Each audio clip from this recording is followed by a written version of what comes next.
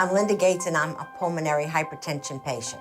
I had symptoms several years before I was diagnosed. My husband and I had gone to Yosemite, and I attributed my not being able to walk 10 feet without catching my breath to being sedentary as a secretary and my age and being overweight. I didn't come home and go to the doctor and say I had a problem.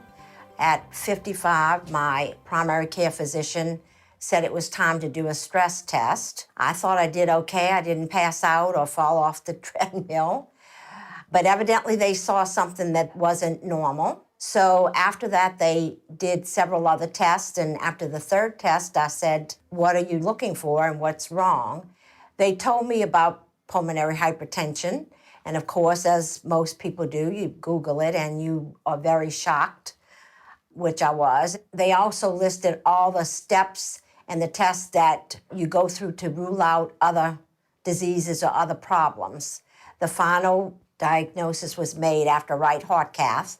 At that time, I felt lucky because I was diagnosed right after the first oral medication had been approved. And I told my doctor at that time that I wanted to try the oral medication first, and if that didn't work, then we would move on to the other intravenous things.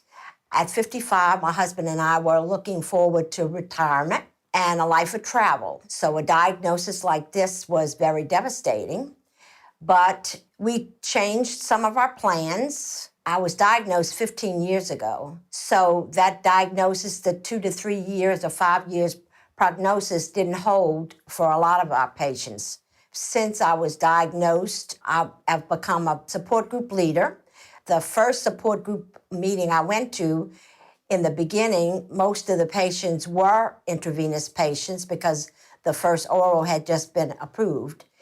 And I saw that those people were going through a lot of things, but they were still living, and they were still able to do the things that I hoped my husband and I would be able to do.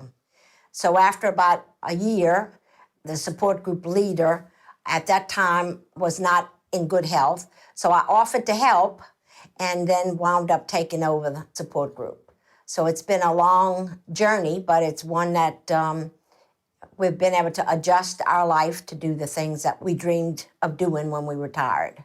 Well, I've been very lucky. I've only been on oral medication. They've adjusted some things or whatever, but I'm doing very well. After diagnosis, my husband and I have been to Alaska. We flew to Alaska, made arrangements for a 52-pound oxygen concentrator, which I was only on oxygen at night, delivered to the hotel, had it brought to the train that takes you 3 days down through the parks in Alaska, down to a cruise. We were able to get tanks delivered to the ship, so we were able to do something that we had planned on doing. We have been to Iceland. We didn't see the Northern Lights, but we made it to Iceland. We've been to Italy, to Spain, to England, Greece, every one of the 50 states. We've been able to do all the things that we planned on doing. We've had to adjust things. I'm on a small concentrator now, so it's easier to carry around and get to the places that we need to go. We're able to do all the things that we plan to do. We've made adjustments along the way, and we don't get around as easy as we once did, but we feel very lucky and blessed that we've had this journey with PH. It does take planning, and we usually, ahead of time try to figure out where we're going to go, and you have to make arrangements through the airline. We've learned to ask for wheelchair assistance because it never fails. The concourse where you have to get on the plane is the last one at the end of the thing. And that helps you get through security and customs quicker. We've learned that we have to take all the equipment that we might need, 1.5 times battery life for your concentrator on the plane.